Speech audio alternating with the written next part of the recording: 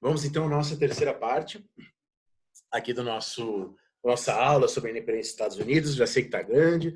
Prometo que a aula sobre federalistas e antifederalistas, a próxima, vai ficar mais curtinha e a gente compensa esse tempo excessivo. Mas é bom, né? Porque vocês têm mais conteúdo, mais informação, serão historiadores melhores nesse sentido. Vamos lá. Cadê o share screen? Cadê o share screen? Crise nas relações das 13 colônias. Ué.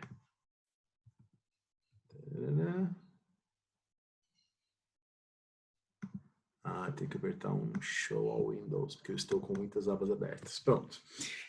Então, vamos continuar aqui a nossa discussão, agora para a parte 3, para falar sobre as crises das relações entre a Inglaterra e as 13 colônias, que culminam na independência. Bom, então, como estávamos falando na aula passada, há um contexto específico de reformas borbônicas, no caso da Espanha, né? Vocês nas aulas de América Espanhola estudam as elites crioulas, as elites locais da América Hispânica, mestiças, muitas delas, descendentes de espanhóis, nascidos na América, enfim, descontentes com as novas medidas da coroa, né? No caso em Portugal, nós temos as reformas pombalinas, né? Eu lembro que o professor Jobson falava que no século XVIII emergiria no Brasil colonial um novo modelo de colonização decorrente das mudanças na própria coroa portuguesa. Enfim, o que eu quero dizer, independente das posições historiográficas, desses assuntos que não são a minha área, é que há transformações europeias nesse momento, nas coroas, na direção de governos mais centralizados. Isso na Península Ibérica, isso na Áustria, isso na Rússia, no sentido de reformas, como na França, e isso acontece também na Inglaterra. Tá? Eu me oponho à ideia de pensar os despotismos esclarecidos como fenômenos periféricos, né, da Europa. Veja, o mundo inglês, no século XVIII, também conhece reformas. Tá? Há um contexto da Revolução Industrial, uma demanda crescente pela produção de algodão, e a grande questão é a vitória inglesa na Guerra dos 7 Anos. Guerra esta chamada, na América do Norte, de Guerra Franco-Indígena, né, que inclusive tem uma temporalidade um pouco diferente. A Guerra dos 7 Anos termina com o chamado Tratado de Paris, de 1763. Tá? A declaração de guerra, em 1756, tinha a ver, né, com problemas da desembocadura do Rio de São Lourenço, na região dos Grandes Lagos e do Vale do Raio. Tá? A França chega a fazer uma aliança defensiva com a Áustria, chamada Tratado de Versalhes, né? Tem outro depois no século XX. A Inglaterra fez um tratado também defensivo com a Prússia, Tratado de Westminster. Aliás, as razões da Guerra dos 7 Anos relacionam-se a elementos mal resolvidos da própria Guerra Austríaca, né, da guerra anterior. Bom, o Zeller, que é um clássico aí da história das relações internacionais, ele diz que aconteceram, na verdade, 2 guerras.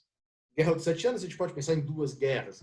Uma guerra na Alemanha Oriental, na Boêmia e na Prússia, tá? E a vitória prussiana, em aliança com os ingleses, será decisiva, aliás, haverá muita mortandade na região, e a vitória prussiana será decisiva para os caminhos da Prússia no século seguinte, no século XIX, quando há a unificação da Alemanha, concretizada 100 anos depois, em 1871. Né? Então, essa guerra é fundamental para você entender o processo de unificação da Alemanha no século seguinte. E há uma outra guerra entre França e Inglaterra, que desemboca nos mares, nas colônias e também na Alemanha Ocidental. Alguns historiadores falam, né, que a Guerra dos 7 Anos é a verdadeira Primeira Guerra Mundial. Não sei se a gente pode dar esse nome. De fato, ela teve acontecimentos relacionados a essa guerra no mundo inteiro, nos 4 continentes, nos 5 continentes, nos mares, enfim. De fato, há acontecimentos relacionados à guerra em todo o mundo. Mas, daí para você falar em guerra mundial, complicado, né? Existiam tropas no Oriente Médio se confrontando aqui? Não, diferente das guerras mundiais do século XX. Mas, enfim, independente disso, não é uma questão importante, é só uma questão de nomenclatura. Independente dessa questão, terminada a Guerra dos 7 Anos, a Inglaterra toma a Flórida da Espanha. Em troca, a Inglaterra retira suas tropas de Cuba e das Filipinas, que se mantêm espanholas. E todas as possessões francesas no Canadá e no interior também passam para a Inglaterra. A Inglaterra, então, agora assume o comando sobre vastas regiões na América do Norte, para além das 13 colônias. Ao passo que a França entrega todo o território central da América do Norte, que era chamado de Louisiana, para a Inglaterra. E a França entrega Nova Orleans para os espanhóis. A Inglaterra também anexou 5 ilhas nas Antilhas, São Vicente, Granadinas, Tobago, Granada, São Luís, Martinica, Guadalupe e Haiti continuam nas mãos da França. Tá? A Inglaterra anexa feitorias na costa do Senegal, na Índia, né, na África como um todo, em vários lugares dispersos, além de reconhecer todas as conquistas inglesas nas Índias Ocidentais. Tudo nas Índias Ocidentais que a Inglaterra conquistou, a França teve que reconhecer. A Companhia Francesa das Índias Ocidentais foi dissolvida. A Espanha, aqui, né, na América do Sul, evacua a colônia do Sacramento. Tá? Temos as guerras guaraníticas, né, nesse contexto, lembra? Tratado de Madrid, aquelas discussões que vocês fazem nas aulas de História do Brasil.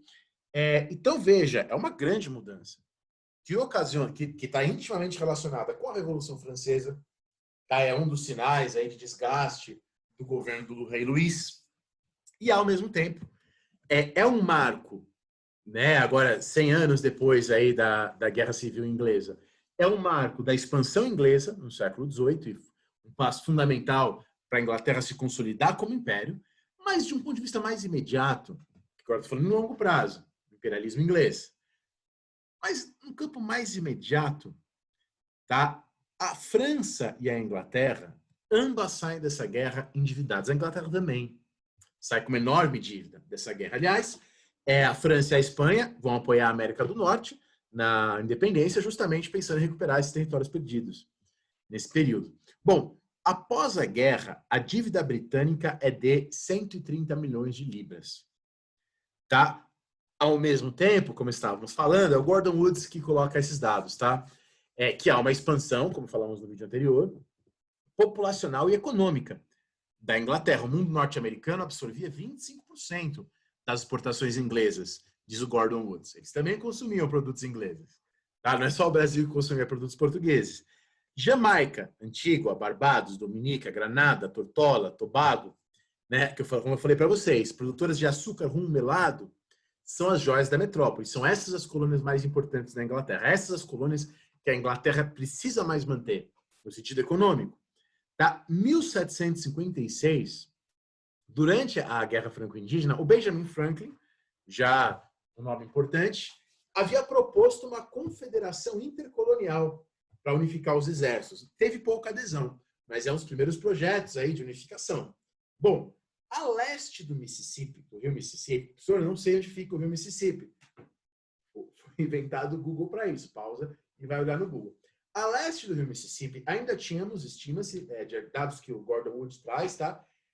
Cerca de 150 mil indígenas. A Nova Inglaterra, como nós vimos, abrigava poucos índios. Hostis com muitas aspas, né? O Gordon Woods usa essa expressão, por isso que eu até coloquei para problematizar esse uso, né? Porque parece assim, que você está falando, que você não está falando de seres humanos, né? Porque a realidade, como a gente viu nos outros vídeos, é que 95% deles foram mortos ou integrados, entre aspas, né, um processo de destruição cultural, ou fugiram. Mas, enfim, independente disso, na Nova Inglaterra, basicamente, não havia muitos indígenas, como a gente já falou também na aula anterior. Os que haviam estavam nos vales do rio Ohio, que são os Delaware, os Shawnees, os Bingos e os Hurons, tá? Que tinham aproximadamente 12 mil guerreiros. Tá? Nova York abrigava cerca de 2 mil remanescentes das 6 nações iroquesas que existiam. Nas Carolinas, a gente já tinha 14 mil populações com uma forte ligação guerreira, que são os Cherokee, os Creek, os Chickasaw e os Choctaw, que depois, como a gente vai falar, no século XIX, vão sofrer pra caramba na trilha de lágrimas, né, na Trail of Tears. Bom, com o afastamento de outras potências europeias, Espanha e França, pós-Guerra dos 7 Anos, quem tinha que agora administrar o comércio de peles e a paz com os indígenas eram os ingleses. Imediatamente, lembra que muitos indígenas se aliaram aos franceses. Logo no contexto da pós-guerra dos 7 anos, a guerra com os Cherokees e com os Shawnees, tá? E povos muito fortes, muito combativos. Tá? Então, após a guerra, mais guerras com os indígenas e uma grande sublevação, liderada pelo Pontiac, tá? Que é uma reação às novas doenças que se difundem no contexto da Guerra dos 7 Anos, né? Com a circulação de mais pessoas na América do Norte e os próprios ataques que os indígenas sofreram. Então, a Inglaterra tinha que lidar com isso. Num, em primeiro lugar, a Inglaterra está interessada no comércio de peles, que era feito pelos franceses. Eu aproveito para sugerir que vocês assistam um seriado super legal, que tem até o Aquaman, aquele seriado Frontier, né, na Netflix, muito legalzinho, bonito, né? É legal assim, não tanto pela história, mas pela imagem, pelo cenário. É muito bonito mesmo a filmagem, os cenários, os lugares, e ajuda vocês a imaginarem um pouco. Então, por um lado, há um interesse inglês no comércio francês de peles, né, que agora eles têm que tomar conta, pós-guerra dos 7 anos. Em segundo lugar, as guerras com os indígenas são custosas, né, para a coroa britânica. Então, diante de tudo isso, soma-se um terceiro fato. Tá? O primeiro-ministro, George Grenville, percebeu que o norte-americano pagava menos impostos que o inglês. Então, o habitante na Inglaterra, em média, pagava mais impostos que o norte-americano para a coroa britânica. Tá? Então, a tudo isso que a gente falou, soma-se ainda esse terceiro fato. Bom, 1763, com essas terras novas adquiridas, são criadas novas províncias. Tá? Na Flórida Ocidental e Oriental e a colônia de Quebec. Tá? São novas províncias britânicas. 1763. Agora, então, é o grande momento aí, para começar a longa crise. Guerra de Pontiac, constatações do primeiro-ministro, endividamento, comércio de peles. O governo inglês proíbe os habitantes das 13 colônias de se expandirem para o oeste. Tá? Então, lembra dos Montes Apalaches. Se você já esqueceu, o Google está aí para isso. Então, ele fixa o limite nos Montes Apalaches. Todas as regiões a oeste dos Apalaches se transformam em reservas indígenas, que não podem ser compradas. Ou seja, toda aquela área do oeste que os colonos ambicionavam para a produção de tabaco, agora eram reservas indígenas. O objetivo da coroa, além disso, era que a expansão fosse para norte e para sul, não para o oeste. Bom, essa lei marca uma mudança histórica. O governo inglês está interferindo nos assuntos da colônia, não que não houvesse intervenções antes, né, nomeações de governadores, mas agora é uma intervenção muito direta na vida das pessoas, tá? Que atrapalha os negócios do comércio de escravizados feitos pelos virginianos. Ora, ao mesmo tempo, diante dessas guerras e tudo mais, há um exército britânico que agora será mantido na Inglaterra. E esse exército, os Redcoats, eles deveriam, na visão do primeiro-ministro da Inglaterra, Grenville, serem mantidos pelos norte-americanos. Tá? O custo deles. Então, são feitas leis nesse momento, junto com essa lei que proíbe a expansão, são feitas leis para que os norte-americanos paguem tantos impostos contra os outros ingleses, para que os norte-americanos custeiem os exércitos das colônias, para que as dívidas britânicas sejam pagas. Tá? A primeira dessas leis, todos vocês sabem disso, é a lei do açúcar, tá? Ou lei das fazendas. É uma lei que reduz a taxa sobre o melado estrangeiro importado pelos destiladores de rum. Tá? Senhor, não é uma lei que aumenta a taxa? Não. É uma lei que reduz a taxa sobre o melaço estrangeiro. Tá? Isso reduz o contrabando. E, ao reduzir o contrabando, obrigava os norte-americanos a respeitar as tarifas alfandegárias. Então, na verdade, o protesto contra a lei do açúcar é um protesto pelo contrabando. Tá?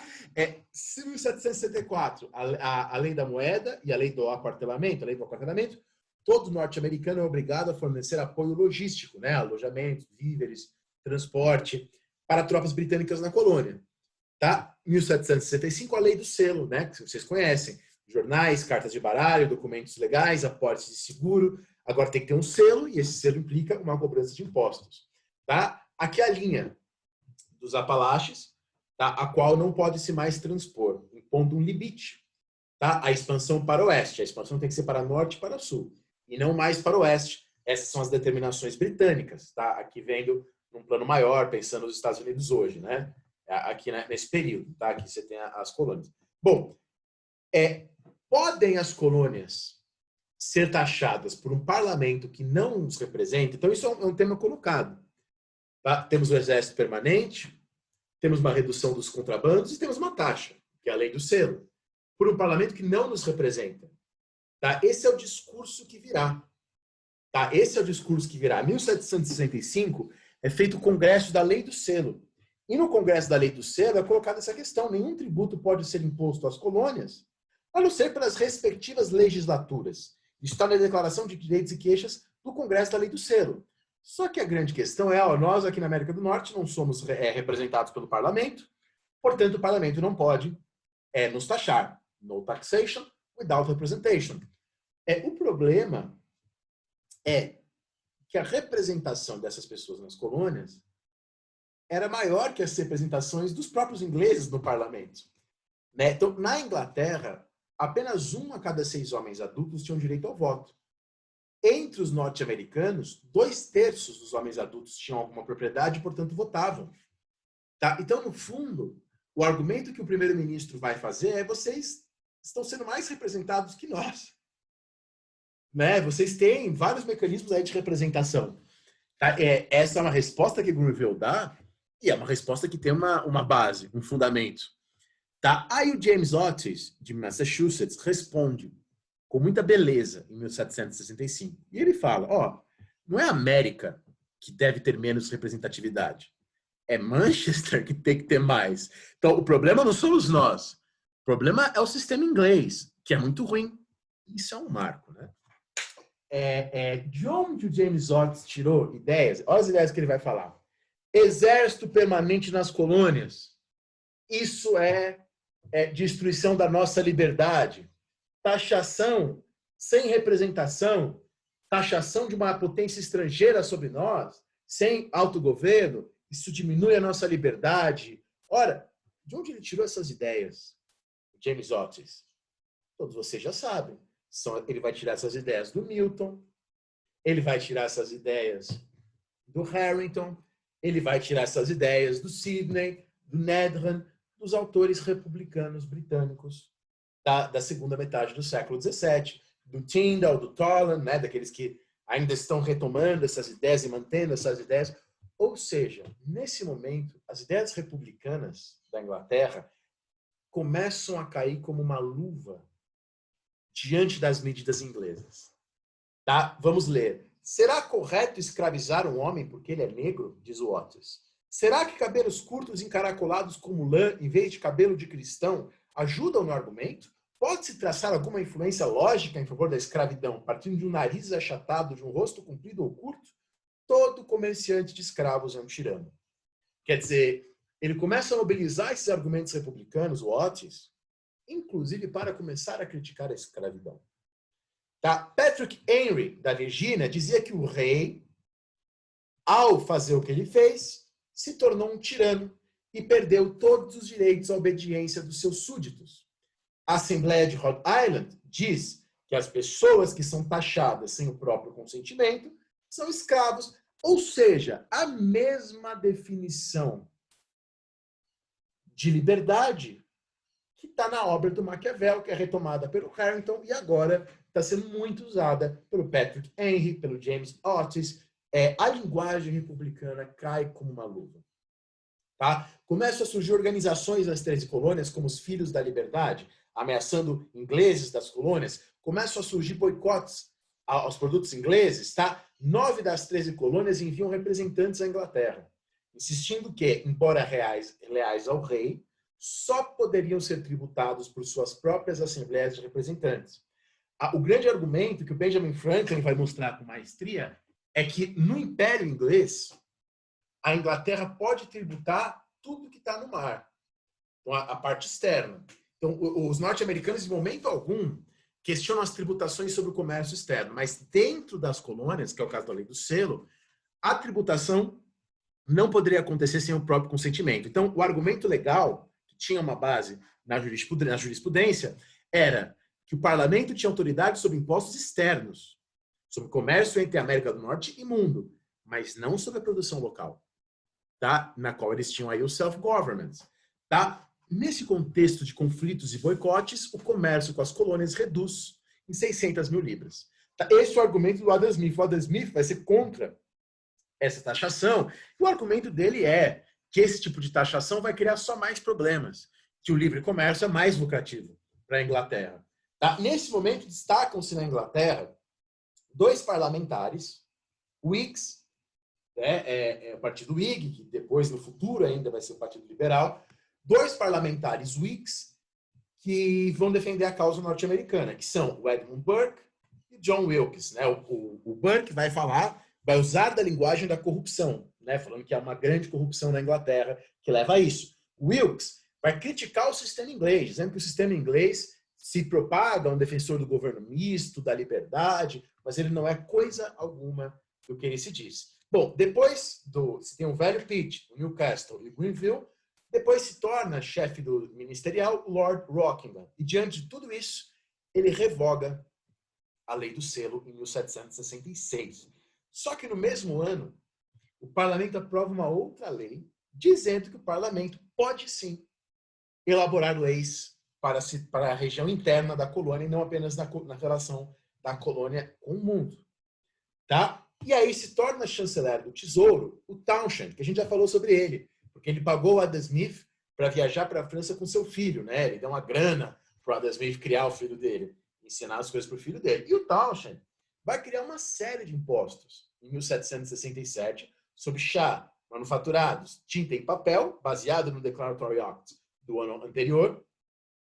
E a partir dessas leis, Townshend, tá, ele faz isso e mais. Está definindo que o dinheiro arrecadado não precisa ser gasto na defesa da coroa, da colônia.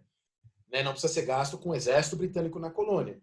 Nesse mesmo ano, tá, outra lei diz que funcionários britânicos podem efetuar buscas em residências e depósitos na América do Norte. Em 1768, tropas britânicas estão em Boston. Agora imagina, você é um membro da elite nos Estados Unidos, nas colônias, né? Não existia ainda Estados Unidos.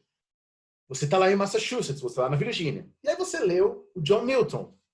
E o Milton falando, a existência de um exército permanente é o primeiro sinal de que um povo vai cair na escravidão. Se há um exército permanente, se há um exército fixo, significa que em qualquer momento alguém pode tirar a sua liberdade. E aí você está lendo Milton e, de repente, né, você tem tropas na cidade pacífica de Boston. Tá? Os argumentos republicanos caem como uma luva. Maquiavel está aí com tudo. Tá? Revoltas, boicotes, uma bola de neve atirada em soldados britânicos em Boston. Esses soldados que estão em Boston resulta em 5 pessoas mortas. O massacre de Boston. Claro que o nome massacre é um nome criado a posteriori, né? Porque são 5 pessoas. Claro que são 5 vidas, etc. Mas não é um massacre. Não teve magnitude naquele momento que teve depois. Tá? Há depois uma construção em cima desse massacre. O Patrick Henry vai dizer: dê-nos a liberdade ou dê-me a morte. Isso é uma frase do Patrick Henry. 1772, o Townshend, diante desses conflitos e boicotes na colônia, revoga todas as tarifas, menos a do chá. Tá? E por causa disso, uma escuna da Marinha Real que transportava chá foi incendiada, os suspeitos foram levados para a Inglaterra e lá eles foram julgados. Tá? Aqui uma pintura exagerada, sensacionalista, depois se quiser dar um pause e ler a descrição ao lado, mas feita depois pela causa patriótica, né? Depois para incentivar. Inclusive, há uma pessoa, eu falo de cor, porque é assim que as fontes dizem, não sei se era um negro, mestiço, indígena, o Crispus Attucks, que é morto também, né? Nesse massacre de Boston. Tá? E após isso, tem toda talvez que é o mais relevante do Attucks, que é que haverá uma apropriação da memória dele, seja pelos brancos, que vão, nessas primeiras pinturas, branqueá-lo, tá? Seja depois pelo próprio movimento abolicionista no século XIX, que vai retomar, mas numa outra chave, aí como um negro. Tá? Embora as testemunhas não nos indicam se eles dizem que ele é de cor, mas não dizem se era negro, liberto, enfim. Há toda uma discussão sobre a memória desse morto nesse momento. Bom, o Rockingham, o Townshend e o Rockingham vão terminar o seu mandato e se torna um novo chefe ministerial, o Lord Frederick North, novo primeiro-ministro. Em 1773, a lei do chá dá para as companhias das Índias Orientais o monopólio da venda do chá para a América do Norte, prejudicando de novo o contrabando. Tá? Novamente, a questão do contrabando, dos americanos defendendo o contrabando. Prejudicando os contrabandistas. Tá? Bom, nesse momento, como vocês sabem, há o motim do chá, Boston Tea Party. Tá? O motim do chá de Boston, em dezembro de 1700. Aliás, de novo, eu lembro do lugar que eu dava aula, a apostila falava festa, traduzia party como festa, né? A festa do chá de Boston. Não foi uma festa. Tá? O que foi que 150 homens, vestidos dos índios Mohawk, tá? Que eram inclusive indígenas que eram associados à guerra, né? Que eram vistos como indígenas guerreiros, tá? Inclusive depois eles vão ser contra a independência, né? Eles vão se aliar aos ingleses, que é uma coisa bem interessante. Mas, vestidos esses índios, eles vão lá no porto de Boston e pegam esse chá que chegou e transformam o mar de Massachusetts num grande bule, né? Eles jogam o chá no mar. Bom, John Adams disse que o governo está tirando a máscara. Com os protestos, de novo, o comércio da América do Norte é reduzido em 700 mil libras. Então, o Adam Smith tinha razão. Esse aumento de controle de impostos piora a situação econômica da Inglaterra em relação à América do Norte. Em 1774, diante desses motins, a Inglaterra ela endurece as suas medidas. São as chamadas leis coercitivas ou intoleráveis. Fechamento do porto de Boston, ocupação militar de Massachusetts, a Câmara Alta de Massachusetts não podia ser mais eleita, era nomeada pelo governador Thomas Cage. Pessoas que cometem crimes em Massachusetts ou em qualquer colônia serão julgadas pelas leis britânicas, se o que elas fizeram tiver a ver com a Grã-Bretanha, e não pelas leis locais. Tá? As construções particulares, então se eu tenho uma casa que ela pode ser confiscada para ser usada por soldados britânicos, há um endurecimento. Tá? 1764, a lei de Quebec, as regiões da cabeceira do rio Ohio, que os virginianos pleiteavam, passam para controle britânico. Quebec não teria assembleia eleita, diferente do resto das colônias ali, e a Igreja Católica é reconhecida em Quebec. E é a partir dali que é feito o comércio com os indígenas. Tá? Bom, a ideia republicana é a ideia de que não podemos ter uma tropa permanente. Um exército permanente é o inimigo da liberdade. Tá? E qual é a maneira, qual é a alternativa ao exército permanente? É a ideia republicana, maquiaveliana, de cidadãos armados. E aí começam a surgir milícias na América do Norte dentro desse ideal republicano, como os Minutemen, né? Quem já assistiu ou leu, eu sou viciado, tá? No Watchmen, né? Vou até mostrar para vocês aqui a minha coleção que eu ganhei de presente, né? Que foi lançado depois essa coleção antes do Watchmen, né? Uma coleção zona que eu até ganhei de presente recentemente. Mas enfim, e ali tá o Watchmen, mas ele tá tão... Mas vou pegar, tá? Porque eu acho que quem já leu o Watchmen vai recomendar para todo mundo. Quem não leu ainda o quadrinho Watchmen, recomendo uma leitura que todo professor de história tem que fazer, um quadrinho, tá? Vocês vão se divertir lendo e tal. O Alan Moore é excelente, né? Quem conhece sabe bem. Quem já leu, que eu tenho certeza que vários de vocês já leram, faz uma propaganda legal aí no fórum para as outras pessoas lerem também. Mas enfim, voltando aqui, os Minutemen, né? Milícias de cidadãos em armas, guardiões da liberdade contra o exército permanente. Tá? O Bailey, no texto que vocês leram, que é parte de um livro maior sobre esse tema, vai dizer a retórica, nesse momento, é envolvida em 3 palavras. Conspiração, escravidão, mas escravidão aqui não a escravidão das populações escravizadas negras. Escravidão no sentido de um governo que age sobre mim sem o meu consentimento, é um governo que me reduz à escravidão. É a concepção maquiaveliana que a gente já estudou, né? De liberdade e escravidão. Então, dentro das concepções maquiavelianas de corrupção, de escravidão, operando a partir desses paradigmas, eles começam a se opor às medidas inglesas, começam a ler as medidas inglesas a partir dessa chave republicana. Tá? Então, Richard Lee vai falar em planos para destruir as nossas liberdades. John Dixon vai falar num plano destituído de qualquer vislumbre de felicidade. Thomas Jefferson, no plano deliberado de nos reduzir à escravidão. Tá? Claro que, de novo, né, o Thomas Jefferson tinha Júpiter, por exemplo, é o escravo do Jefferson, que sempre acompanhava ele. Mas, enfim, não é disso que estamos falando. Né? Ele está falando da escravidão em outro sentido, no sentido político, no sentido maquiaveliano. Tá?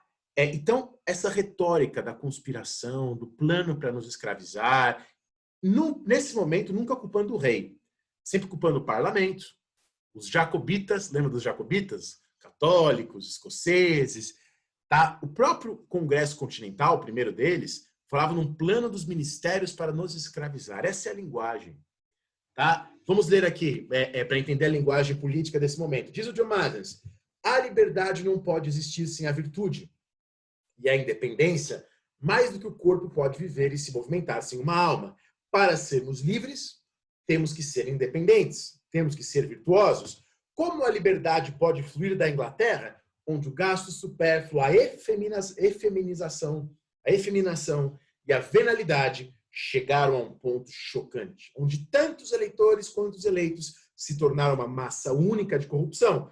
A Inglaterra se encontra no mesmo ponto em que estava a República Romana, tá? Quando Jugurta, naquelas guerras, a deixou e a definiu como uma cidade venal, pronta para a destruição. E aí tem a ascensão dos Césares. Quer dizer, assim como a República Romana teve a sua decadência e a ascensão dos Césares, Júlio César, depois Otávio Augusto, vocês sabem a história, é nesse momento que a Inglaterra está. Como a Roma antiga, a Inglaterra se tornou terra de gente ruim. Quem são as gentes ruins? Promocionadas, músicos, alcoviteiros, proxenetas e sodomitas. Tá? A Inglaterra, diz o Alexander Hamilton, tornou-se uma velha, megera, enrugada e murcha. Tá? Então, há um discurso de que a Inglaterra já foi a pátria da liberdade. E agora ela está passando a tocha para suas colônias. Tá? Quando a tirania está no exterior, a submissão é um crime, diz o Andrew Elliott. Então, gradualmente, emerge a ideia de que a liberdade foi embora da Inglaterra. A Inglaterra é velha, a Inglaterra é corrupta, e agora ela encontra o seu asilo e o seu futuro na América do Norte. Essa expressão era usada, asilo da liberdade. Paine usa, o Common Sense. Diz o John Adams, a abertura de um grande panorama e desígnio da providência para a iluminação dos ignorantes e emancipação da parte escravizada, no sentido político de escravidão, da humanidade. Tá? A mesma chama que exibiu as maravilhas em Grécia e em Roma, arde viva na América do Norte. A América do Norte, dentro em breve, construirá um império sob as ruínas da Grã-Bretanha e adotará sua constituição, mas purgada da parte ruim. Tá? Levante-se, todo o velho mundo está infestado pela opressão. A liberdade tem sido caçada ao redor do globo. A Ásia e a África há muito a expulsaram. A Europa a vê como uma estranha. A Inglaterra lhe deu um aviso para partir. Receba a liberdade fugitiva e prepare-se a um tempo, um asilo para a liberdade. Tá? O que Atenas foi em miniatura, os Estados Unidos da América serão em magnitude, disse Thomas Paine no Common Sense, em 1776. Tá? Então, veja, é a linguagem republicana remodelada, readaptada, transformada, apropriada, contextualizada, como você quiser chamar. Claro que não é igual, mas é o mesmo paradigma. Corrupção, liberdade como interferência externa. Tá? Aqui nessa caricatura, colonos forçando o coletor de impostos a tomar o chá. Toma o chá. E nesse momento emerge, por exemplo, a primeira poeta negra que a gente tem notícia, né, na América do Norte. Tá? Em 1768, tá? Ela escreveu, né, um texto elogiando Jorge III por revogar o Stamp Act, tá? Por revogar essa lei. Tá? É a Phyllis Wheatley. Tá? Essa poeta, né, a primeira poeta negra, mulher, ao mesmo tempo que a gente tem na América do Norte, escreve uma coleção de poemas em 1733.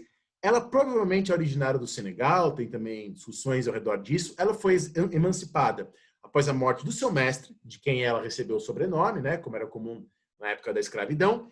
Ela precisou ser examinada. Então, os poemas são escritos e lançados, eles eram tão bons que vários homens de Massachusetts a examinam, né, inclusive o próprio governador e o vice-governador, o Andrew Oliver e o Thomas Hutchinson. Tá? A examinam para ver se era ela mesma a autora.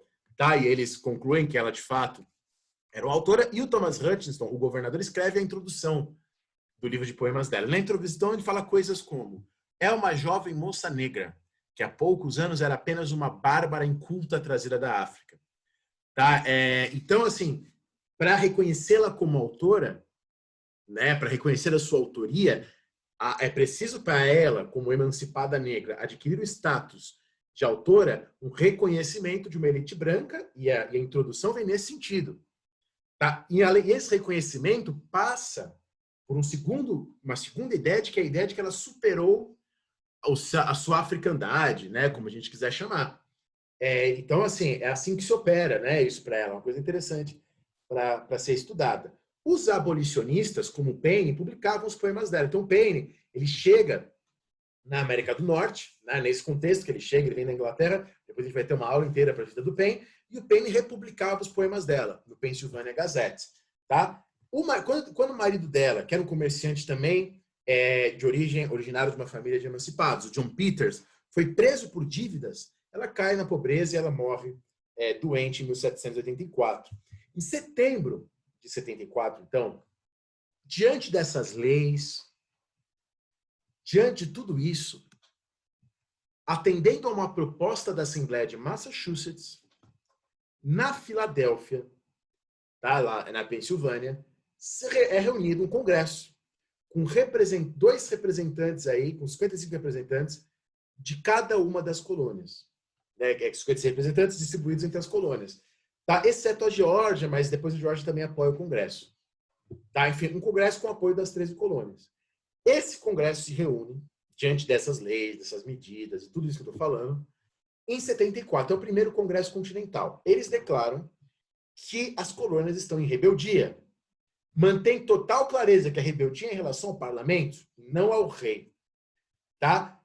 A reivindicação é de serem cidadãos ingleses plenos. Como o Paine vai mostrar para eles depois, e como eu estou argumentando com vocês a aula inteira, esta reivindicação por ser cidadão inglês não é uma reivindicação por ser um cidadão inglês.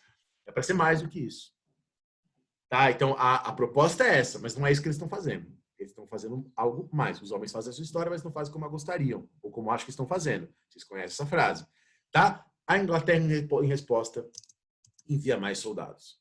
Tá? E aí o Bailyn diz, né, nas origens ideológicas da Revolução Americana, a história intelectual desse período, das primeiras leis em 63, pós-Guerra dos 7 Anos, até a independência em 76, é a história de uma elucidação e uma consolidação de uma nova visão de mundo. E do lugar ocupado nesse mundo pela América do Norte. Os norte-americanos, essa frase é fantástica. Olha só, disse o Burke, né? Essa é a frase do Burke, em 1769. Os norte-americanos fizeram uma descoberta, ou acham que fizeram, a de que nós queremos oprimi-los. E nós, aqui na Inglaterra, o Burke é irlandês, como veremos depois também, mas ele está no parlamento britânico. Nós fizemos uma descoberta, ou pensamos que fizemos, de que eles têm a intenção de levantar uma rebelião como nós, contra nós. Nós não sabemos como avançar. Eles não sabem como retroceder. Um dos dois deve ceder. É a emergência, né, de uma ideia de uma opressão metropolitana. E para emergir essa ideia, há uma recuperação de várias ideias. Tá?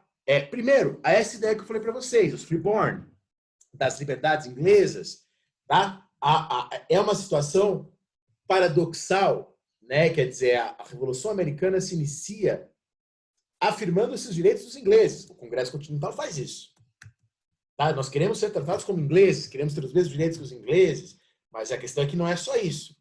Tá? Temos também uma questão religiosa, protestante, que não pode ser deixada de lado. Tá? Nesse momento da aula de hoje, está acontecendo uma grande transformação religiosa nas 13 colônias, que é a emergência dos pregadores da nova luz, New Light Preachers, tá?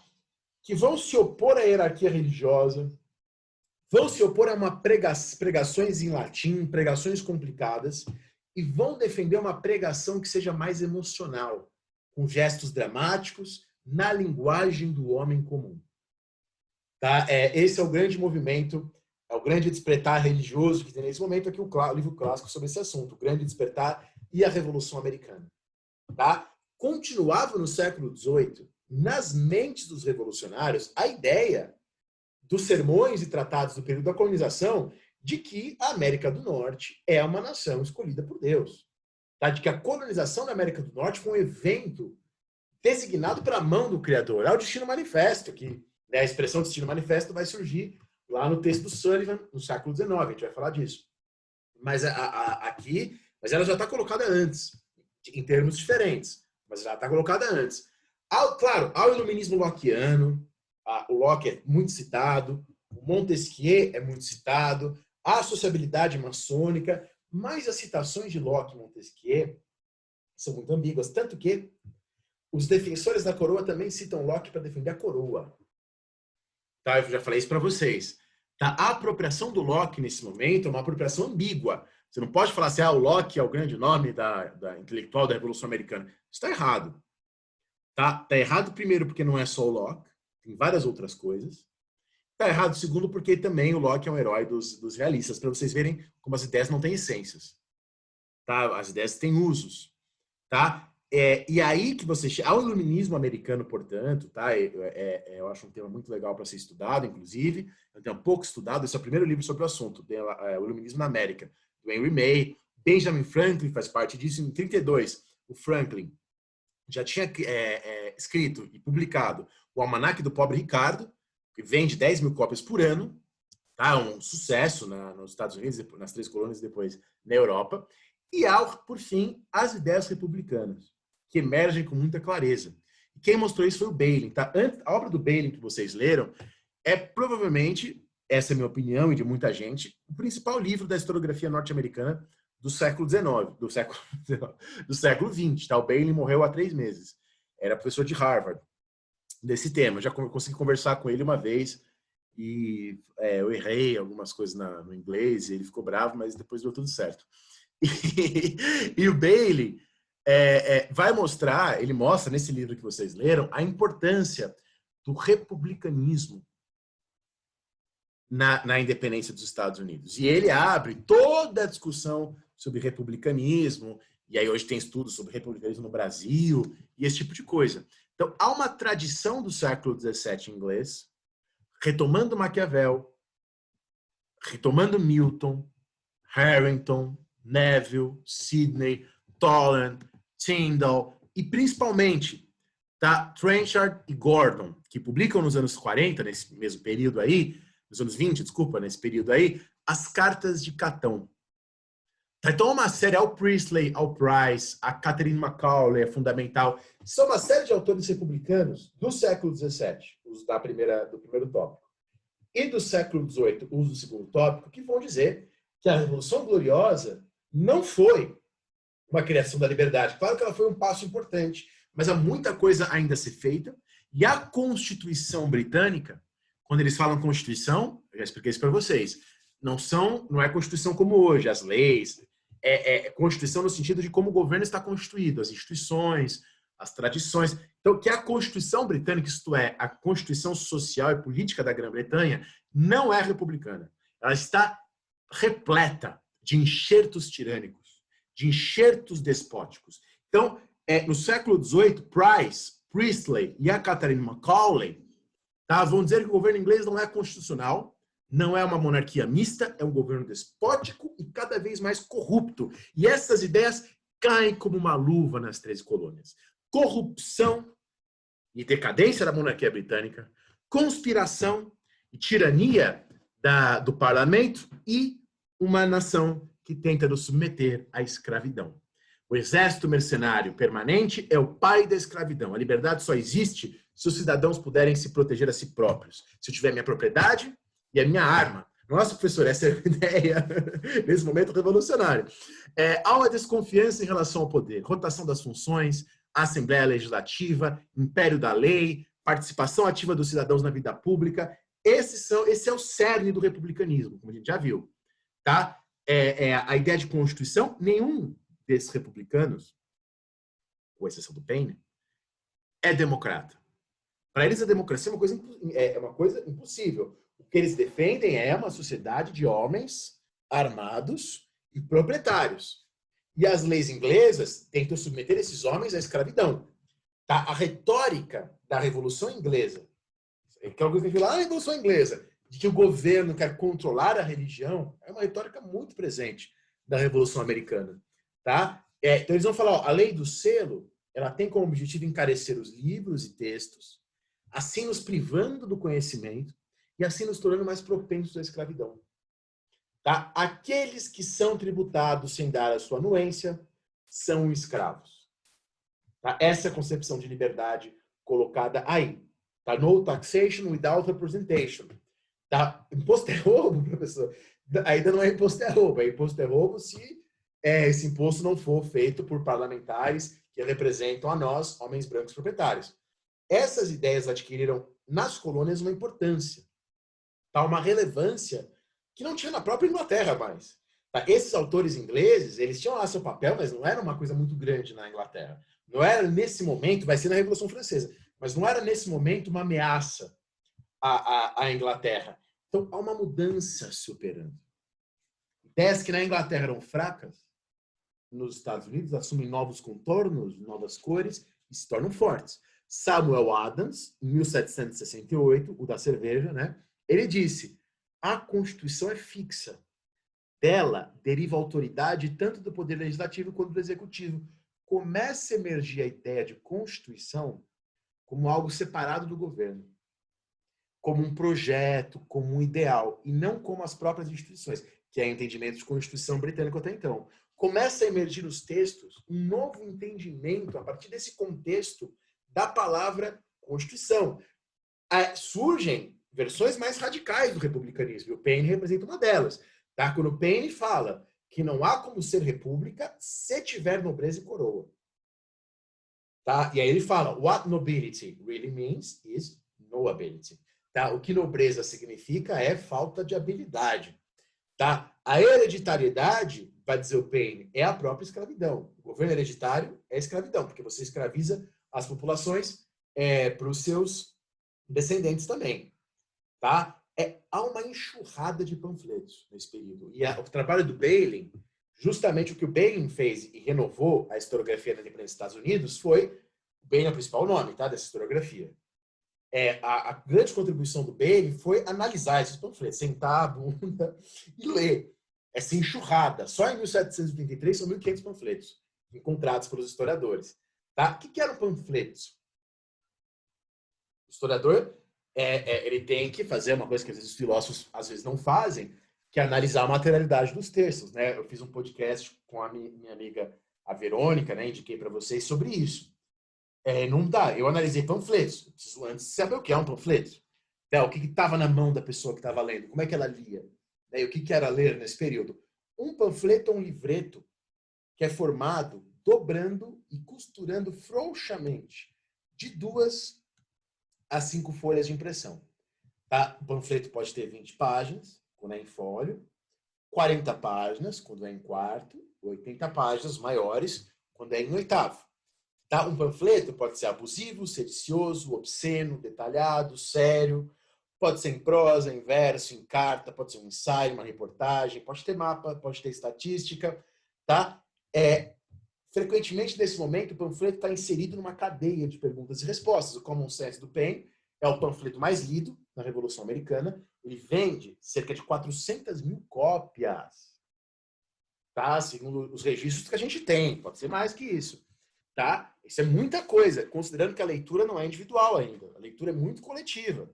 A coisa mais comum é a leitura ser feita coletivamente. Então, não são 400.000 pessoas que leram, é muito mais.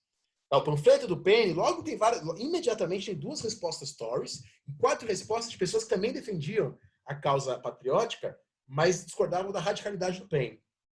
Tá? Então, o panfleto ele tem que ser curto e ele não é encadernado, portanto. O que faz ele ser produzido mais rapidamente, ser mais flexível e atingir um público maior. Então, o panfleto é perfeito, é uma forma perfeita para um pensamento que quer ser ação, de uma maneira mais imediata, de um pensamento que está se propondo uma intervenção específica. Tá? Como hoje a gente tem o Twitter, a gente tem o Facebook, a gente tem o Instagram, tá? E sobretudo o Twitter, né, no caso, ele funciona como intervenção imediata na política. A maneira como ele funciona é uma outra discussão. Tá? Mas ele se propõe a ser isso. Muitas pessoas escrevem propondo isso. Tá? Uma intervenção direta. Então, a forma e o conteúdo não se separam. Tá? Pela forma do panfleto, saber que não é encadernado, saber que ele é produzido rapidamente, fica mais entendível, mais compreensível a ideia de um pensamento em ação. Tá? Foi desta forma que o melhor do pensamento se expressou. Ele usa aspas do expressou. né? Porque a gente sabe que a coisa que o texto não é uma expressão do pensamento de maneira assim direta, né? Mas eu esqueci da aspas, mas eu lembro que está no livro. Então é isso, minha gente. Lembramos que os grandes pensadores, Newton, Locke, Swift, Bolingbroke, Edison, todos eles eram panfletários também, como serão na imprensa dos Estados Unidos, o Bland, o Watts, o Dixon, a família Adams, né? Desculpa aí o trocadilho, Samuel Adams, John Adams, o Wilson e o Thomas Jefferson. Então, o primeiro Congresso Continental, como a gente falou, na Filadélfia, ele está permeado por essas ideias. Ali já, então, boicotes aos produtos britânicos, rebelião, mas a tentativa de colonização, e não de independência. 19 de abril de 1775, tropas britânicas por um lado, milicianos por outro. Em Massachusetts, em Lexington, alguém dá um tiro. Quem? Não sei. Who knows? Nobody knows. Tá? Ninguém sabe. Ninguém saberá. Quem disparou o tiro? Foi os americanos? Foram os ingleses? Não sei. O que eu sei é que surge ali um conflito. Em fevereiro de 1765, a coroa inglesa reconhece, né, já havia reconhecido Massachusetts em estado de rebelião. Tá? Em abril, a gente tem o massacre de Lexington, que eu falei para vocês, e agora a gente tem mortos, né? Cada vez mais mortos. O Paine era então, um britânico, a gente vai falar dele em detalhes depois. Hoje eu só vou dar o gostinho, porque eu sei que vocês estão muito interessados em saber tudo sobre o Thomas Paine. O Paine era um britânico pobre, de origem operária, que se ferrou pra caramba, eu vou contar depois, e que ele chega na Inglaterra nesse momento. Tá? É engraçado que o autor do panfleto mais lido da independência, que é o Common Sense, né? Pode ser traduzido como bom senso ou senso comum. Eu acho que bom senso é a melhor tradução, já explico por quê. O principal panfleto da independência é escrito por um neófito, por alguém que acabou de chegar lá. 150 mil cópias num país de 400 mil letrados. A maior venda aí de todos os tempos, até então, né? A palavra Estados Unidos da América já começa a aparecer nos textos do Paine. Não no Common Sense, mas em A Crise. Tá? George Washington diz que esse panfleto operou uma extraordinária mudança na mente de muitos homens. Thomas Jefferson diz que esse panfleto... Agora eu me toquei que eu falei 400 mil cópias, 150 mil cópias, 400 mil letrados, tá? Que você tem calculado na América do Norte. Peço desculpas pela confusão, mas está resolvido já. 150 mil cópias ainda é muito. Numa nação onde você tinha 400 mil pessoas que sabiam ler, e lembrando que a leitura não é individual, então não são apenas pessoas que sabem ler que leem. Thomas Jefferson diz que o texto tornou superado tudo o que se escreveu antes sobre as estruturas de governo e criou uma nova linguagem política. John Adams diz que o panfleto é uma estrela do desastre, por ser tão democrático e sem qualquer controle ou equilíbrio, contrapeso, de fato. Né? O Paine, ele nesse panfleto, ele não tem duas câmaras, ele defende uma câmara única na Inglaterra, que é a demanda republicana mais radical. Tá? Ele não coloca pesos e contrapesos. Ele pensa, ainda para ele, nesse momento, o voto é para os proprietários. Mas poucos anos depois, ele já começa a defender o voto universal. Porém, aí eu já adianto para vocês meu artigo, que vai sair na revista da USP, depois do período jacobino, o Paine começa a defender que haja um Senado e uma Câmara dos Deputados, começa a defender que haja peso e contrapeso, embora ele continue defendendo o voto universal, inclusive para mulheres. Então, o meu artigo na USP é justamente, que vai sair na revista da USP, o ano que vem, espero, porque essas coisas às vezes demoram. Mas esse artigo é para mostrar essa mudança do republicanismo para o liberalismo. Né? Mas, enfim, depois vocês leem se quiserem. Charles Inglis, um anglicano realista, vai falar, os common feelings, sentimentos comuns da humanidade, tem que aí se revoltar contra o que está colocado aí pelo Paine. São mentiras, são absurdos. Eu não acho nenhum common sense nesse panfleto. Ele usou common sense aqui no sentido de bom senso, não dá para ser senso comum. Né? É no sentido de bom senso. Por isso que eu gosto de traduzir como bom senso. Porque na linguagem da época, esse é o sentido que está sendo atribuído à obra. Tá? Eu não acho common sense, só acho doideira, né? Uncommon frenzy. Né? É isso. Então, não acho bom senso. Eu acho coisas, loucuras incomuns. Bom, que heresia é o título de Sagrada Majestade se aplicada a um verme que no meio do seu esplendor se desfaz em pó. A sucessão hereditária é um insulto, porque impõe à posteridade a escravidão. Diz que seus filhos têm que ser escravos dos filhos dos reis futuros. Um pacto insensato, injusto e antinatural. Já que, embora você possa ser um bom rei, às vezes o filho desse rei pode ser um patife, um tolo, ou pode ter 13 anos. Quer dizer, que sistema colocaria um garoto de 13 anos governando os sábios? Só um sistema de ignorantes, que é a monarquia. Isso está no Common Sense do Thomas Paine. Olha a linguagem. Essa linguagem vai muito além do Adams, do Jefferson, de qualquer um desses outros. Tá? Aí, aqui, essa frase, ela tem um endereçamento específico. Né? O Paine fala assim, ó, está encerrado o debate. Não tem mais discussão com a Grã-Bretanha. Agora é porrada. As armas, que são sempre o último recurso, devem decidir a contenda. O apelo foi a escolha do rei e o continente aceitou o desafio. Então, o Paine está dizendo aqui, primeiro, a culpa não é do parlamento, a culpa é do próprio rei também. Para com essa Congresso Continental de ficar pedindo desculpa para o rei. Então, é por isso que tem todos esses argumentos contra a monarquia. Porque o Congresso Continental está tentando ainda conciliação com a monarquia. Além do mais, os Quakers, em geral, muitos deles vão ser contra a independência porque eles eram contra pegar as armas. E o Paine era Quaker na sua origem. Depois ele rompe e vira deísta. Tá? Aqui também o endereçamento é para os Quakers. Ó, Quakers, para com isso aí. Tem momentos que a gente tem que sim pegar em armas e lutar. Para os que afirmam que a Inglaterra protegeu e civilizou a colônia, Paine afirma que ela monopolizou e defendeu o continente só quando isso satisfazia os seus interesses. Então ele fala, ó, tudo que a Inglaterra fez por nós é por interesse, não por afetos. A Inglaterra não é a mãe pátria, tá? Ela não é abraço materno, tá? Nem os selvagens fazem guerra à própria família. A Inglaterra faz guerra a nós. Os que fugiram das perseguições religiosas da Inglaterra não vieram do abraço materno, mas das garras de um monstro.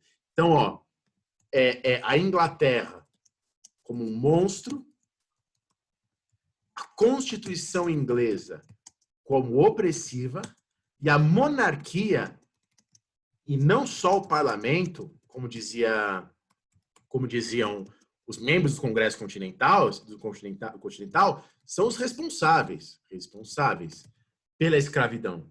São os responsáveis pelo que está acontecendo. Tá? Esses são tempos, ele diz no panfleto o seguinte, a crise, que ele escreve já durante a guerra, que tentam as almas dos homens. O sol jamais brilhou sobre causa de maior valor.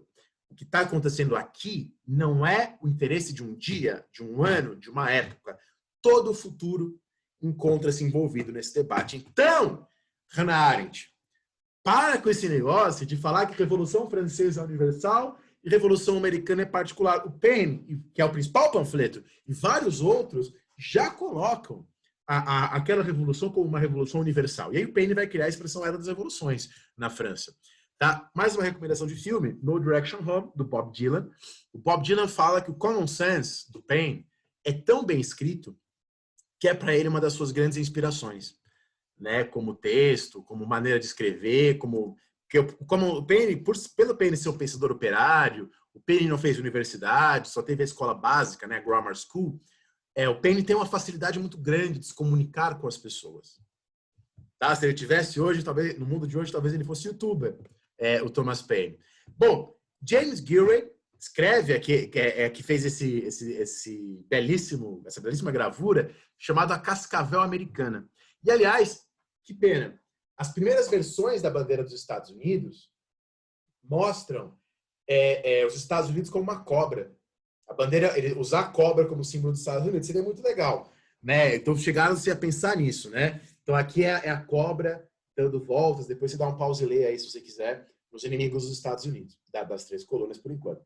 Thomas Jefferson, então nesse contexto, já havia reunido em maio de 75 o segundo Congresso Continental. O livro do Paine, Common Sense, é de janeiro de 76.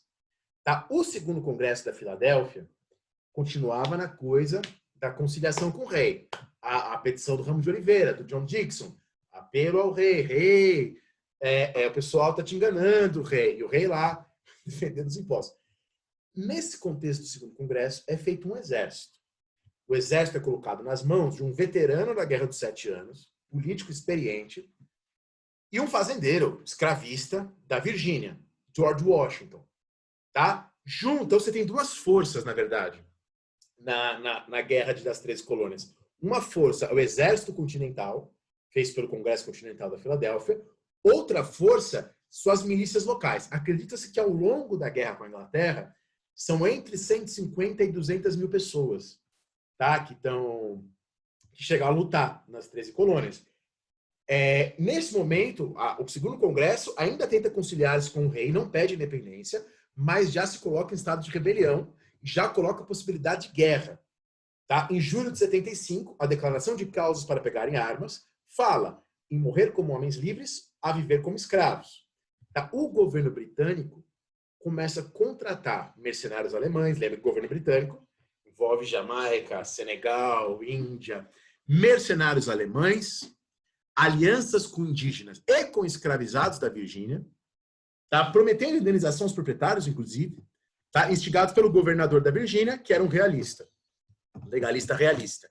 Então, o governo britânico se mobiliza, o PN lança seu panfleto, o próprio exército continental, no começo, não admitia negros, né? O discurso era que os negros eram como crianças, incapazes, né, de pensarem por si próprios, mas depois, diante do fato de que o Sul começa a usar escravizados negros e os que eram recrutados, os proprietários eram indenizados, tá? O Norte começa a fazer o mesmo, especialmente a Nova Inglaterra. Inclusive, senhores de escravizados começam a enviar os negros para lutarem em seu lugar, e eles continuam lá na casa deles, em Massachusetts.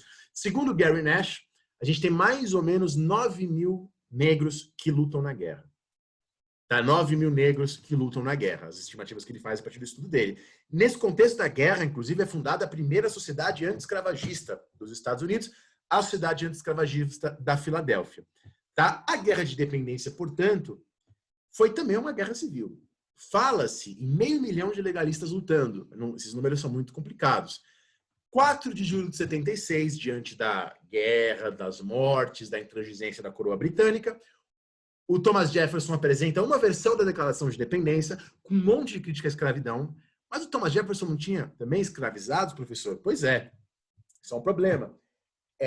A questão é que uma das explicações é que a grande questão da primeira versão da declaração era que o Thomas Jefferson queria culpar a Grã-Bretanha pela escravidão.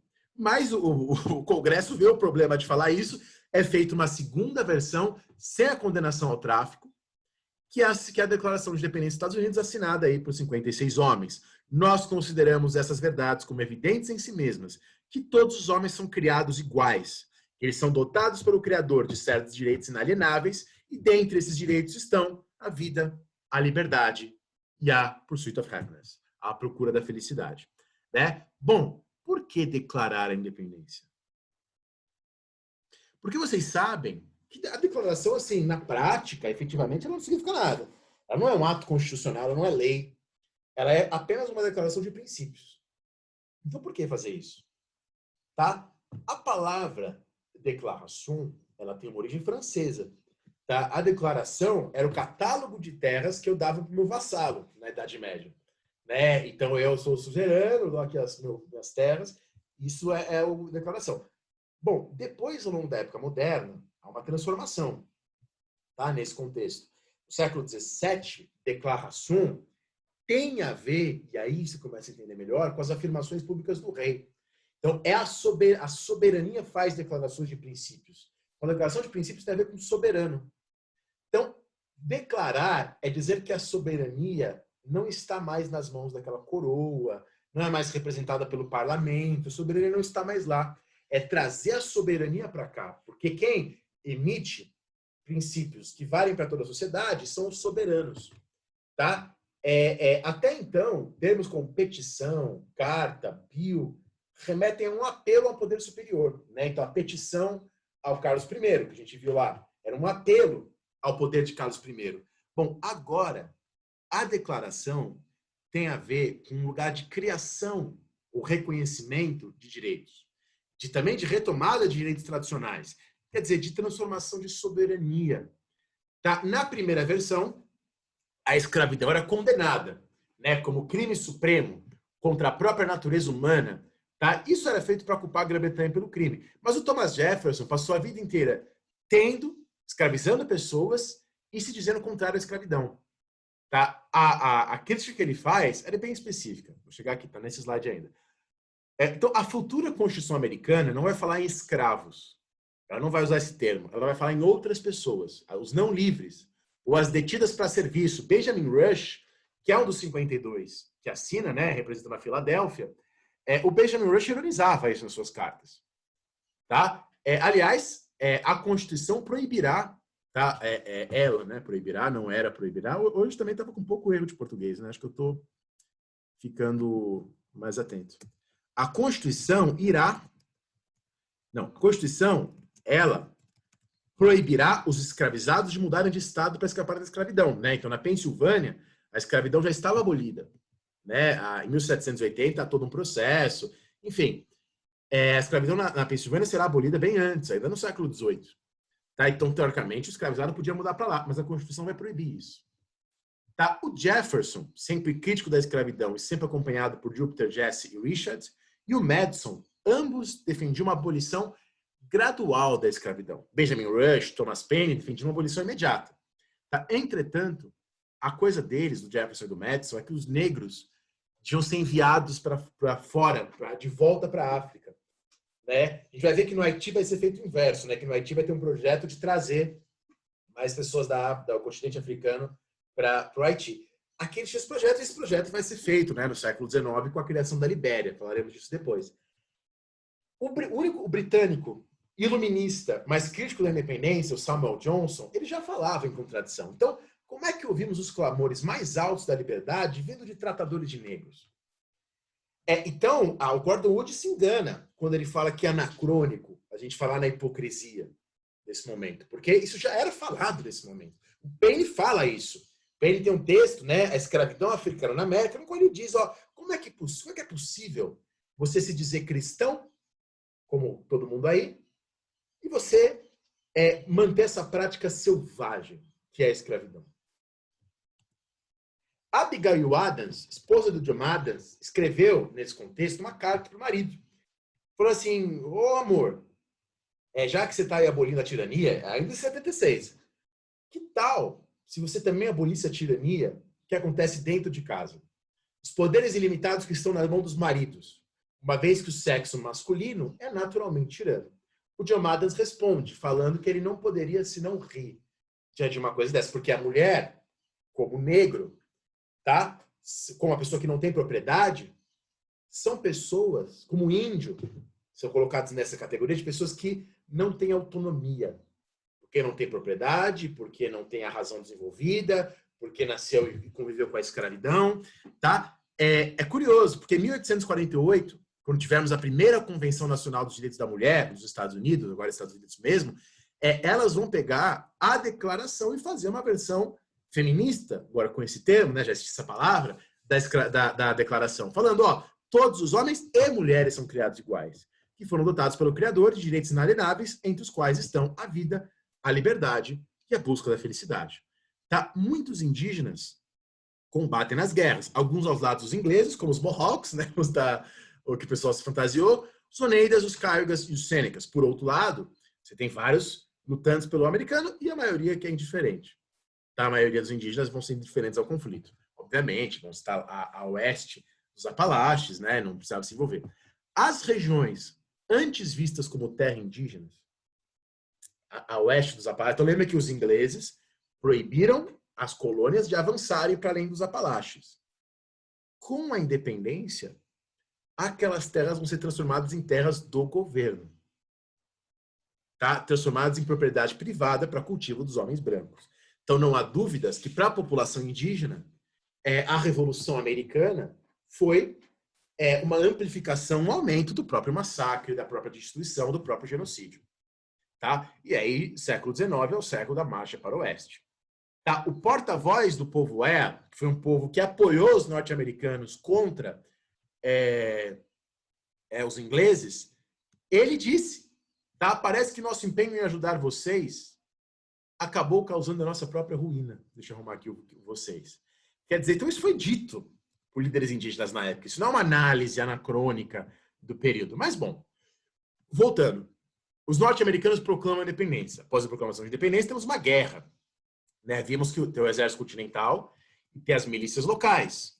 Tá? Benjamin Franklin atua como uma espécie de diplomata informal, ele consegue o apoio da França e o apoio mais indireto da Espanha, ambos querendo recuperar os territórios perdidos na Guerra dos Sete Anos. O Marquês de Lafayette, o nobre iluminista, que depois apoiará a Revolução Francesa, luta na defesa das 13 colônias também. 1781, a rendição do general Cornwallis em Yorktown representa a derrota, né, um marco da derrota dos britânicos aí, sim, em 5 anos de guerra.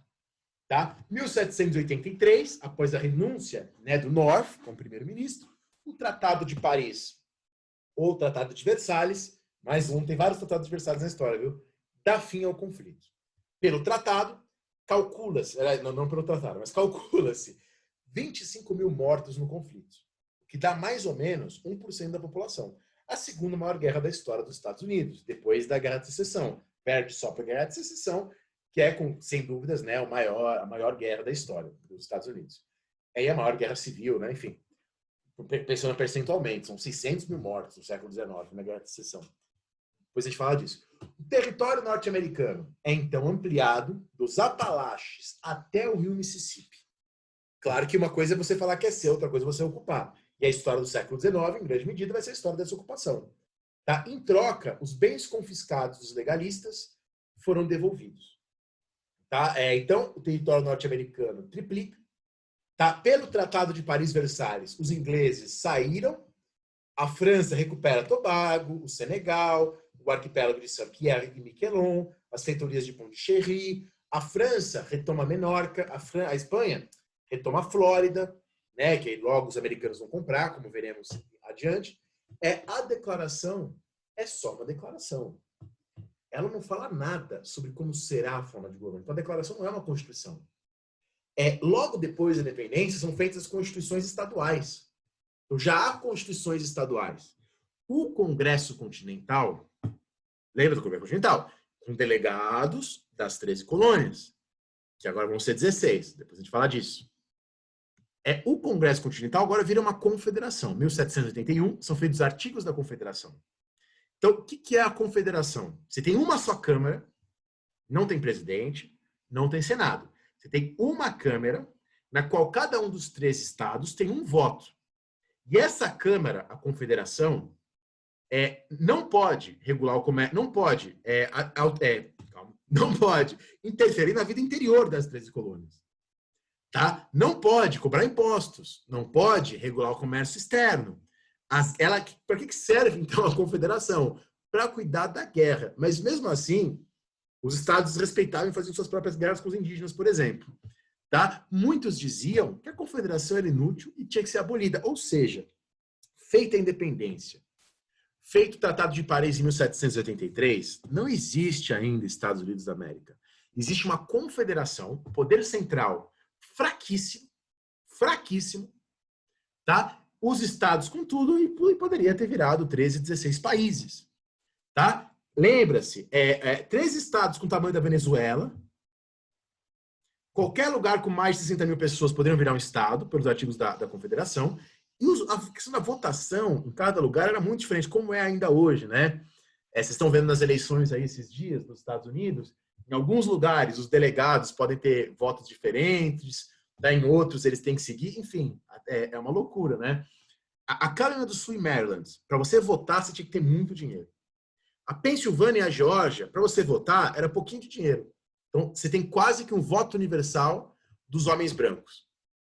Tá? Na Pensilvânia e na Geórgia, não há Senado, só há uma Câmara. Tá? E não há governador. Tá? E na Pensilvânia, Maryland, Carolina do Sul, já há Senado, já há uma estrutura mais aristocrata. Massachusetts, Nova York, fazem o meio termo. Tem Câmara Alta e Câmara Baixa. A Câmara Alta, a renda é altíssima para votar, então são só as pessoas com muita grana que votam. A Câmara Baixa é uma renda bem pequena, então pequenos proprietários votam. Então, na média, a proporção de pequenos agricultores e artesãos nos congressos, pensando nos congressos, não existe ainda o congresso, nos congressos, sobe de 20% para 40%, que é uma porcentagem muito mais alta que na Inglaterra, por exemplo. Então, do ponto de vista do que era o mundo nesse momento, isso é o que mais democrático existia. Tá? Isso já é um grande avanço, é visto como uma coisa muito democrática. Tá? Muitos pensavam que a criação de um governo... Então, não tem governo central. O governo central não tributa. Tem um negócio lá para organizar no caso de guerra, que está por um fio. Os antifederalistas serão aqueles que vão defender a manutenção desse sistema descentralizado. Tá? Ou até a abolição da confederação, que sejam 3 estados completamente independentes. Os federalistas vão ser aqueles que defendem um governo mais centralizado, que haja um governo centralizado. Então, vocês estão acostumados com o Brasil no século XIX, de pensar o poder moderador, centralizado, tal, e pensar os federalistas aqui no Brasil como aqueles que defendiam um governo mais descentralizado. Mas na régua norte-americana, defender o federalismo, tá, é a defesa de um governo mais centralizado. Sugestão aí de PIBIC e TCC. De onde vem a ideia de confederação? Há vários autores dizendo que isso é uma inspiração indígena. Eu não fiquei falando a aula inteira? Confederação Pontiac, Confederação Powhatan. Tá aí uma coisa maravilhosa para você desenvolver, para mostrar como o nosso pensamento político moderno deriva muito de práticas indígenas. Deixo como sugestão.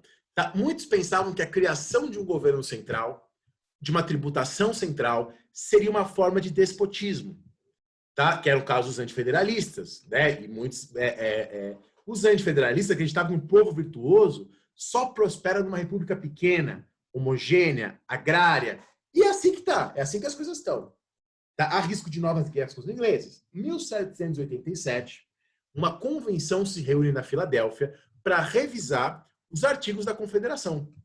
Tá? Esta convenção conta com autores de uma elite que estão desconfiados das demandas das mulheres, dos escravizados e, sobretudo, das populações mais pobres. Tá? E esses caras começam a pensar uma constituição. E aí que vem a defesa do federalismo. Então, você tem a Judith Murray, escreve nesse momento o texto sobre a igualdade do sexo, mais uma sugestão de PIBIC, estudar a Judith Murray. Então, nesse momento, se delineia um debate entre os federalistas e os antifederalistas. Tá? E esse debate termina com a vitória dos federalistas, com a Constituição, em 1787, e a eleição do Washington, em 1789. Na próxima aula, vamos entender o que defendem os federalistas. Próxima aula, o debate político, federalismo, antifederalismo. Falei muito. Tá? Depois dê um pause e leiam essa citação do Bailey. O Bailey aqui está tentando resumir por que é uma revolução, apesar de tudo isso. Tá? Dois filmes para você assistir. Aí agora as férias estão chegando já, vocês vão ter um mês e meio de férias. Frontier, com o Aquaman, e outro filme aí com Titanic, mas eu esqueci o nome em português do filme do DiCaprio, The Revenant, né? Não é a Revanche, é o Regresso. Né? Aí vocês vão assistir o Regresso, né? Com o Leonardo DiCaprio, que ganhou o Oscar, que são filmes, os 2 filmes, eu tenho a mesma opinião. A história não tem lá grande coisa, mas são filmes muito bonitos, maravilhosos para você assistir de noite. Procura uma televisão boa, se não tiver, vai na casa do seu amigo, assiste, que você vai ficar muito apaixonado por esse tema. E bom, assim eu termino a exposição sobre a independência dos Estados Unidos. Agora, nas próximas 2 aulas, prometo que eu vou ser sucinto para falar do debate entre federalistas e antifederalistas. Depois eu quero que vocês escutem um podcast que eu gravei sobre os Estados Unidos no século XIX. Não é o nosso objeto, né? Estados Unidos no século XIX, estou saindo da minha disciplina, mas eu fiz ali uma síntese que eu acho que pode ajudar a dar mais sentido para as coisas. Mas vocês não precisam, no relatório final, né, do trabalho, incluir Estados Unidos do século XIX. Não precisa pôr. Não sei o que você queira, se quiser é legal. Mas não precisa pôr. Então, estou dispensando vocês. Então, para o relatório, a história dos Estados Unidos termina na Constituição. Acabou.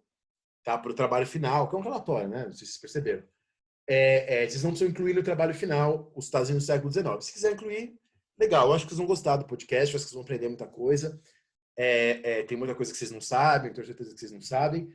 E ao mesmo tempo, vou fazer um pequeno áudio sobre a ideia de wilderness. Também para vocês entenderem um pouco da história natural, né, do surgimento desse campo. Eu sei que aqui na UNB a gente tem pessoas ótimas, né, referências no Brasil de história natural, mas talvez, não sei se vocês todos sabem, que essa ideia de história natural vem muito da discussão norte-americana sobre o wilderness. Vou gravar um pequeno áudio, na verdade, sobre isso para vocês. Já estou escrevendo, inclusive. Então é isso. Voltamos na próxima para falar sobre os antifederalistas.